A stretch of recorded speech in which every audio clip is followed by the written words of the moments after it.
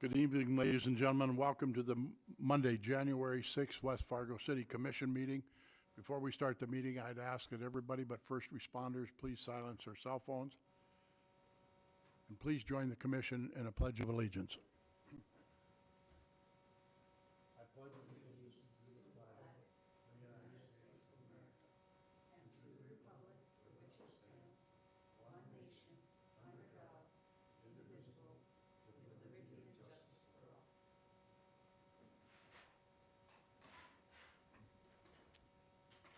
Thank you. Madam Secretary, please call the roll.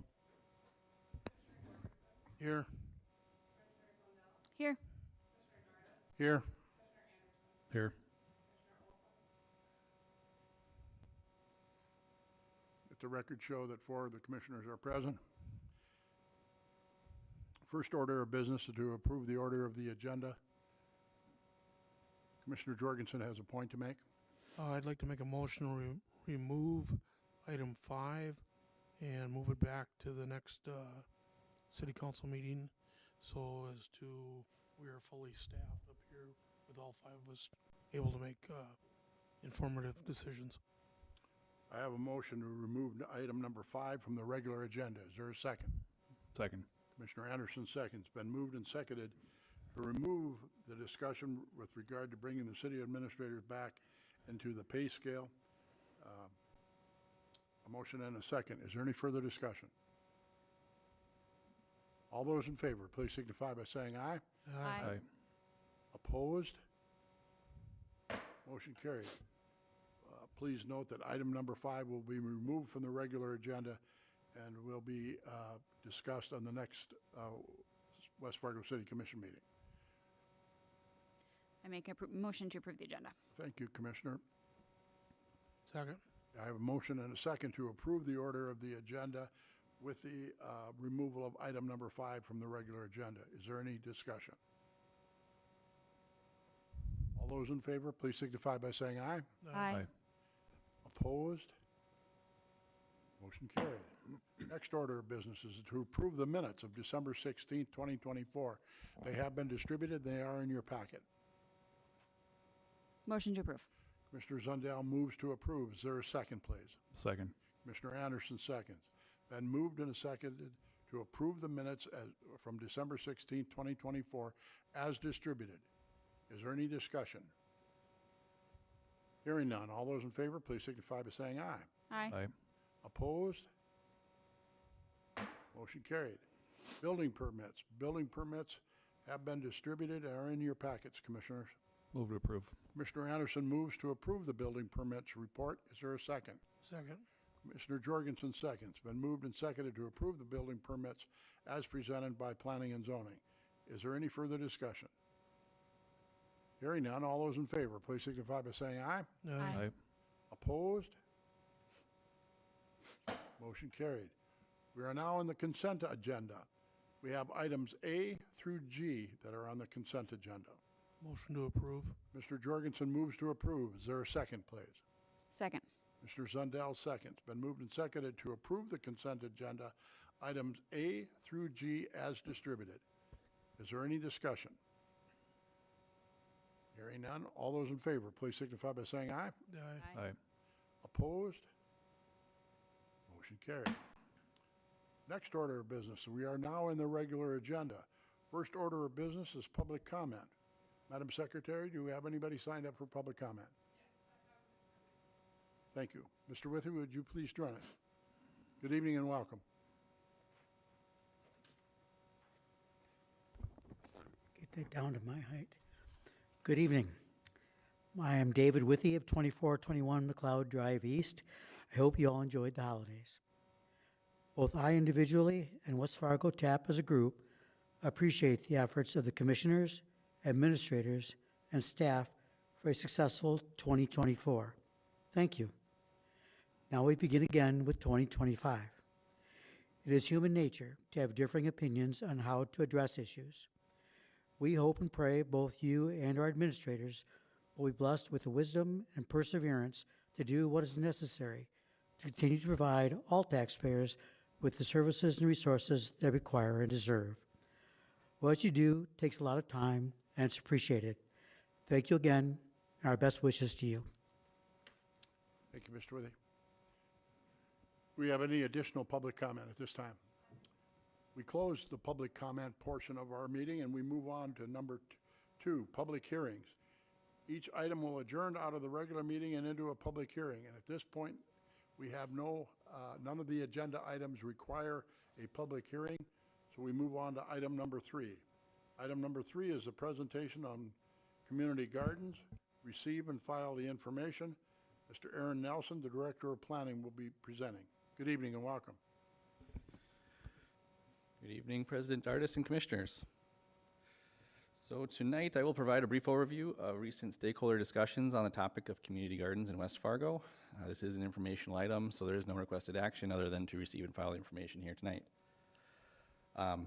Just to start with, on a little bit of background, on June 16th, 2024, the Commission directed staff to hold such discussions for the purposes of exploring potential partnerships and opportunities for community gardens in the city of West Fargo. Since then, staff has identified and held discussions with multiple stakeholders, which ultimately culminated in a group stakeholder discussion that was held at City Hall on November 18th. So just a quick high-level summary here. Staff had discussions with over a dozen entities involved or interested in community gardens. And while there may have been, while there are many knowledgeable stakeholders and entities that own land and are interested in hosting community gardens in the city, none of these entities were looking to undertake the critical task of administering and championing the creation of new community gardens, at least not at this time.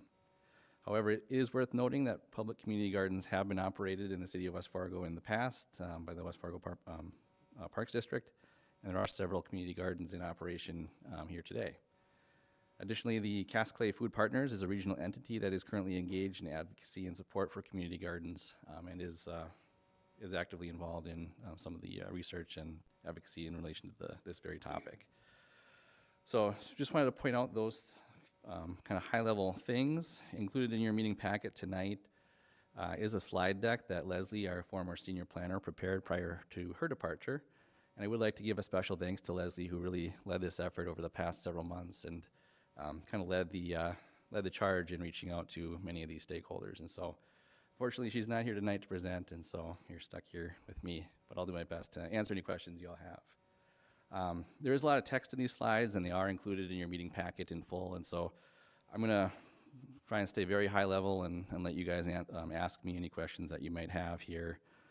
But essentially, the slide deck goes over some of the background of this effort, kind of how it was undertaken, an overview of some of the past and existing community gardens in town here today, a summary of the partner stakeholder entities that we met with, and then concludes with a number of kind of findings and considerations for the City Commission here tonight. So to start with some of the history and background here, I think the main thing to point out or to that I think staff was not aware of when this topic was originally presented back in June, is that the West Fargo Park District did operate over 75 community garden plots in Elmwood Park up until the year 2000. However, the Park District's community garden program did cease in 2000 because there was a number of issues identified by some of the former staff at the Park District. Specifically in relation to maintenance and upkeep of the gardens. It was kind of relayed to us that there was maybe some concerns from neighboring property owners in terms of what a garden looks like and in terms of weeds and overgrowth and the vegetation that does take place there. Issues of theft and vandalism of some of the produce that was being grown. And there's also a lot of, or just some staff capacity and cost issues in terms of the amount of time and resources that actually go into operating and managing the various renters and maybe differences in opinions on neighboring garden plot renters. So outside of that, another one to highlight here on the next slide is an existing community garden. This is actually a homeowner that approached the City Commission back in 2011. They wanted to stand up a community garden on city-owned land adjacent to their property. And so this individual got together with a number of their neighbors and have been operating this kind of small neighborhood scale community garden since 2011. They've got an agreement with the city from 2011 that outlines kind of the maintenance and responsibilities of the parties here. And so they have been operating that annually for a number of years with limited issue that we're aware of. So it seems to be working pretty well. Also to point out, the City Forestry Division of the Public Works Department operates and is starting up and continues to create new community orchards, which might not be the first thing you think of when it comes to community gardens, but is certainly something worth pointing out here today as well. Next slide is a couple of examples of existing churches in town here that own and operate community gardens. For the most part, these are limited to some of the parishioners and different things. Specifically in relation to Red River Church, they do have a plot system, and there is high demand for that plot system, which I'd point out. Kind of a first come, first serve when it comes to rental of those plots. Some of those stakeholder entities that we met with, one of the main ones, again, is Cascade Food Partners. This is a food policy group that is involved or was stood up by a number of local jurisdictions here, and has a couple of different kind of offshoots to the overall enterprise, one of which is the Cascade Food Commission, which the City of West Fargo does have representation on, I believe, through Commissioner Zundell. And again, they are involved in policy, and they're not specifically focused on community gardens, but more food systems at the metro-wide level. But certainly that does include community gardens, and they do have a very good resource document available for community gardens that was very beneficial to us in doing this research. Growing Together Community Gardens is a group in the metro area here who has several community gardens in the metro outside of the city of West Fargo, but they help entities stand up and start new community gardens. They do have a start a garden kit, and so it's a resource manual for anybody or any organizations out there looking to stand up a community garden, kind of an overview document to help orient those types of groups on how to get started. Cass County Career and Technical Education Center is a partnership between many local educational entities, including the West Fargo School District. Their programming is scheduled to launch, I believe, in fall of 2025, and they did indicate that they plan on having some agricultural education programming associated with that venture. And so potentially some more partnership opportunities with that group in the future. Red River Valley Fairgrounds, they are obviously a large property owner in the area, although outside of city limits, they are immediately adjacent. And their CEO did identify a plot of land on the south end of their land holdings adjacent to the West Fargo soccer complex there, where they would be willing to host community gardens. So a potential opportunity there for anybody looking to kind of take on the role of standing that up and really leading the charge, but a landholder anyway. Other landholders involved the Red River Valley Alliance, as well as the Metro Flood Diversion Authority. Both of those entities indicated that there's a potential for excess land as part of the FM diversion project. That may be a good opportunity for community gardens in the future. Global Refuge is a local, I believe, nonprofit organization primarily involved in immigration and refugee services, but they do have a community garden program, I believe, in Fargo. Again, mainly focused on refugees and migrants to the region and some of their ethnic foods and different things that some of those groups might not be able to find here within our local grocery stores and whatnot. And then lastly, Three Rivers Garden Club.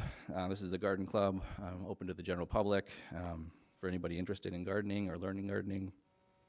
They actually meet at the West Fargo Public Works Building on the second Tuesday of each month. So that's, I know I kind of breezed through that, but a summary of the various entities that we had some discussions with, and then kind of a roundtable discussion on the 18th there. In conclusion, just with some summary of the findings here, So just to point out, there are obviously an active community in these various entities that are involved in community gardens in various ways. Some of which are large landowners that would be willing to host community gardens if there is interest from others out there to partner on a new community garden. One of the things that I want to highlight, though, is that really the key to any successful community garden is really the kind of the catalyst entity or the champion willing to take on the actual oversight and leadership and just administration of the operation itself. So who's managing the people, who's managing the space. Without that key element, it's really hard to have a successful community garden. And so there are a lot of pieces to the puzzle out there, but it really takes that catalyst to kind of bring them all together and make it happen. And so based on our conversation, there's lots of interest out there. However, there's no entity that is really chomping at the bit to take on that role and to bring these entities together in order to start a new community garden, at least not at this time, though that could certainly change at some point in the future. And the last bullet point there is just, again, the Cascade Community Partners seems to be an advocacy organization that has regional representation, and so they seem to be kind of a good resource for future community garden ventures. And lastly, some outcomes and considerations. I think staff would relay that there's now an awareness amongst these stakeholders of the city's willingness to engage in future community garden opportunities or discussions. In the future, if there were interested parties, the city could consider future land lease agreements similar to the one that was created in 2011. And then lastly, if desired, the city could consider enhancing support of Cascade Food Partners' existing community garden efforts if there was any desire to kind of go further down this road, I guess, of exploring community gardens for West Fargo. So with that, again, pretty high-level summary, but certainly happy to answer any questions you may have for staff. Thank you, Mr. Nelson. Commissioners, any questions? Is community gardens on our website and easy for the public to find? Not on our website currently. There is certainly some, I don't want to speak for the Public Works Department and Forestry in terms of what they have on there for our orchards and different things, but that is another consideration too, is we could create a spot on our city website, kind of a resource of various. The information you have here Yep. would be great. Yeah, we could certainly do that. Thank you. I appreciate. Yep. I would respectfully request that you do that. Certainly. Commissioners, any additional questions for Mr. Nelson? The community orchards are on our website, just so you know. There's an interactive map and everything I know like that. the orchards are. Yeah. Yeah. Great. Thank you, Commissioner Zundel, for that clarification. Anything else from Mr. Nelson? Thank you, sir. Thank you. Moving on, the next item is number 4, is the Human Resources Consulting Services for MetroCog. We're going to call on Sarah Goshevic, Director of Human Resources. Good evening. Good evening, Commission President and Commissioners. Today I'm just bringing forward what it should be a short and simple request for you to sign the attached contract with MetroCog. In the past few years, it seems that we have had an informal or more of a gentleman's agreement, if you will, between our organization and MetroCog to provide HR services should they have the need for it. As they don't have their own HR people, they're just looking for us to potentially step in and help them if they were to do an executive search or something of the like.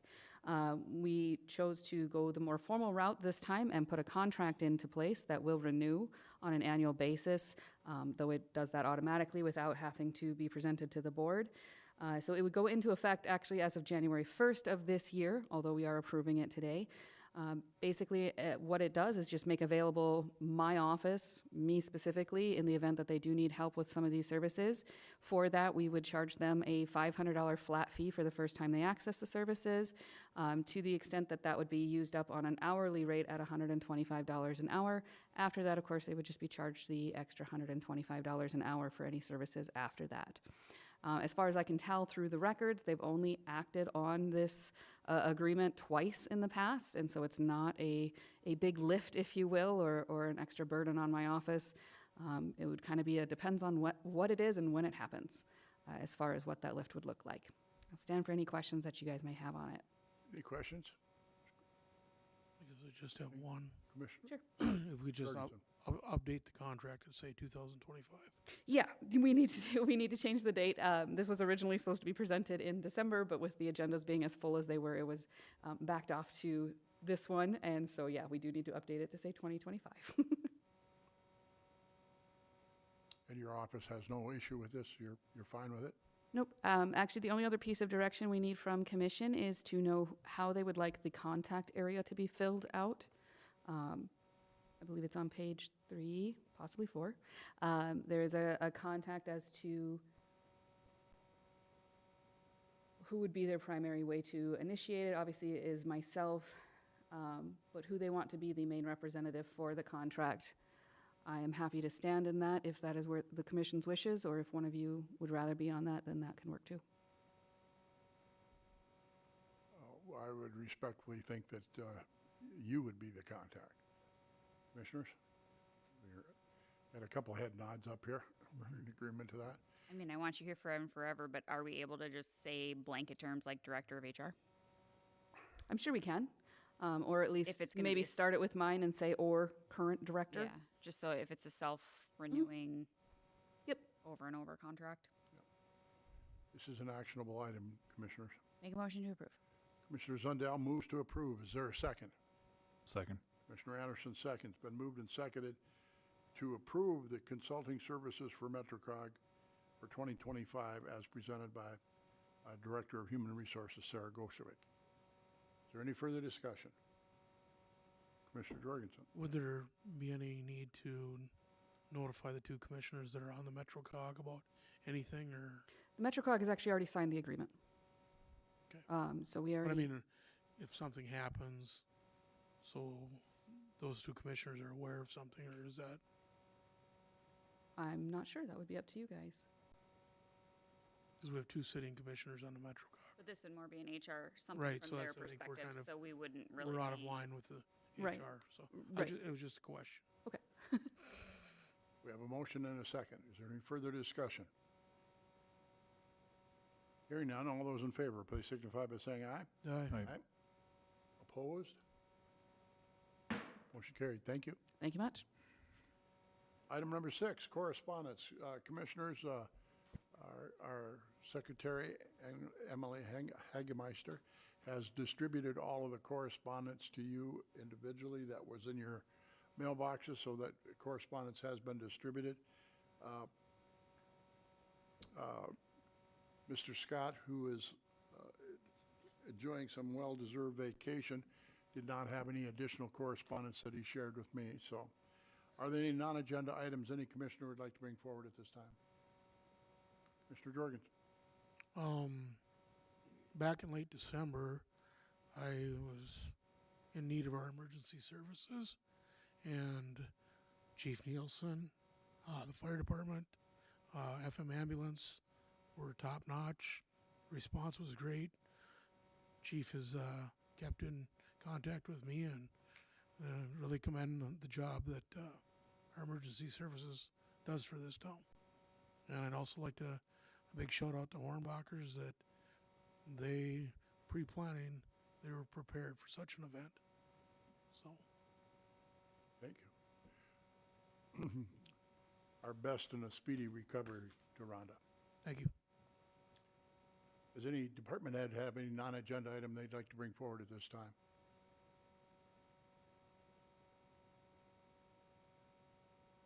Hearing none. Commissioner Anderson. Move to adjourn. Mr. Zundell. Second. We stand adjourned. Thank you. You should have said go Bison, I suppose, on the record. Go Bison. On the record.